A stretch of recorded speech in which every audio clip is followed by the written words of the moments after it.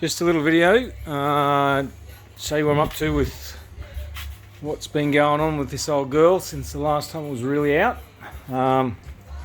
So, had to cut a heap of holes in the grill, get some air flowing through there, and then of course wrap the exhaust holes in the back of the body, and then underneath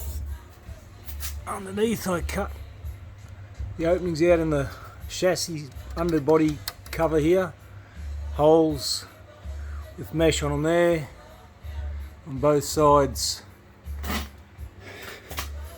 and then